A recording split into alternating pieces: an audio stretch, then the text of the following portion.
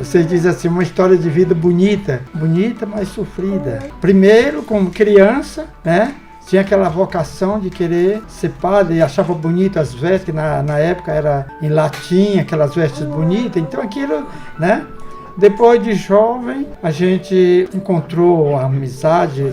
Eu tinha 17 anos, encontrei uma menina de 15 anos e na época os nossos estudos eram diferentes, era o primeiro ano de ginásio, o segundo e o último era quinto ano. Eu estava no primeiro ano e ela no quinto ano, e aí foi aquela... E a gente começou. Eu estava no pé do altar ajudando o padre lá, como na época não tinha essa história de coroinha e acólito, não. Era sacristão. Então, ajudando o padre, estava bem. Saía de lá e ia para segurar na mãozinha da menina, tá uma beleza. Aí ficamos assim. Aí depois a gente se comunicando com o Instituto Estrela Missionária do Rio de Janeiro. Aí escrevemos uma carta para o reitor lá, que também não sabia o que era isso, era reitor. Eu e um outro colega também, que era do grupo de jovens, escrevemos. E ele respondeu para mim, para o meu colega e para o padre, que a gente não pensou que ele ia. Aí o padre chamou a gente e conversou e disse, ó, o que vocês querem da vida? Ou vocês vão casar,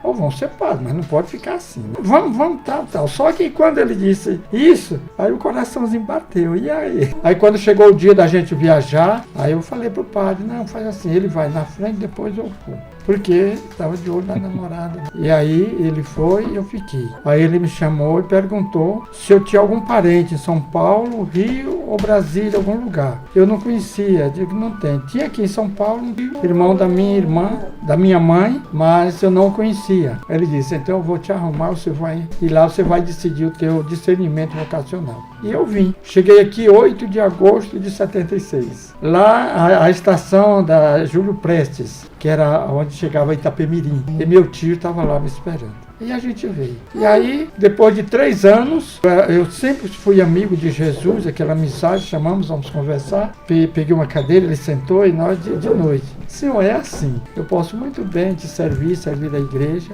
como esposo, como pai, como... Aí ele disse, não, tá certo, vai lá. Aí eu decidi, escrevi uma carta para ela e a gente, depois de 3 anos, a gente se casou. Depois de casado, só que eu já estava aqui e aí fui casar lá com esse padre que me mandou e a gente ficou aqui. Ficamos casados 19 anos. 3 filhas. Aí depois de 19 anos ela teve problema de ponte de safena, foi fazer a cirurgia de ponte de safena. Aí depois, na ponte de safena, na hora assim, ela não resistiu. Aí, como sempre nós éramos da igreja, sempre, ela era ministra do batismo, eu da palavra, aquelas coisas, sempre fomos da igreja. Aí quando ela faleceu, o nosso pároco era o Zé Maria Falco, que era o reitor do seminário. Aí eu liguei para o padre Xavier, falando para ele do meu desejo, que eu já sabia que podia ser viúvo, podia ser. Não podia se eu tivesse algum dependente ou se eu fosse amigável, uma coisa com a vida errada. Aí aqui começou a minha formação de padre. Primeiro, Zé Maria. Aprendi a ter esse jeitão do Zé Maria. O jeitão de pai, Zé Maria. Depois, o padre Funchal. Eu não sei nada de padre, mas o que eu sou de padre, eu aprendi. A primeira semente, o padre Funchal, que me ensinou. Aquilo que eu disse, né? Estava ensinando, acompanhando. Sempre teve carinho, respeito por minha atenção. E eu procurava sempre agradar, porque, né, eu tô, né? Depois do padre Funchal, Tião. Você sabe o que é o Padre Tião, Nossa Senhora das Graças, e o José Grossi, Padre José Grossi. Na hora da morte, na cama, que eu fui visitá-lo ali, que hoje é São Luís, o hospital aqui. Sim, agora é São Luís. São Luís. Eu fui, ele estava lá, ele perguntou, você não está precisando de nada? Sempre perguntava. Sim, aquele carinho. Sempre vai dormir com as tuas filhas. Eles, o Tião, e né, preocupado se eu estava precisando de alguma coisa. Depois do Zé Grosso, o Machado. Inclusive o meu pároco agora, atual. Na época, eram umas 30 comunidades. Nossa. Aí ele dividiu.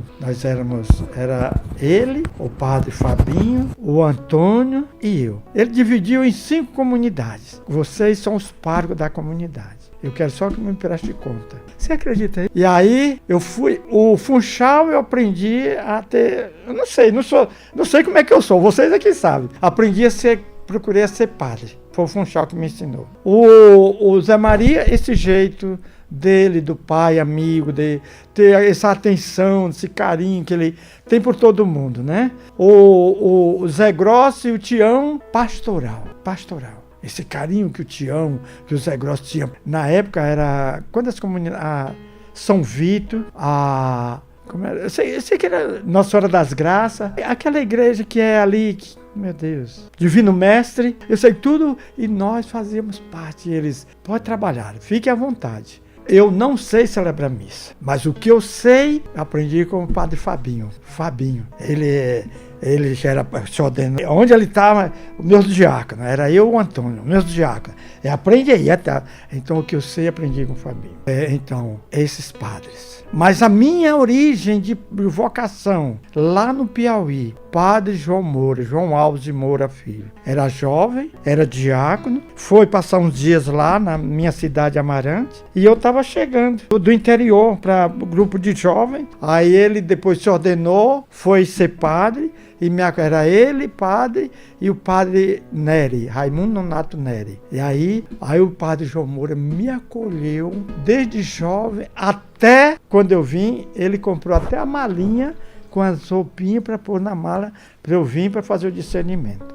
João Moura, agora há uns 6 anos eu fui lá participar das 50 anos de padre dele. Então, aí essa vida. E hoje o que eu sou foi Deus e a comunidade, e os padres, e a igreja.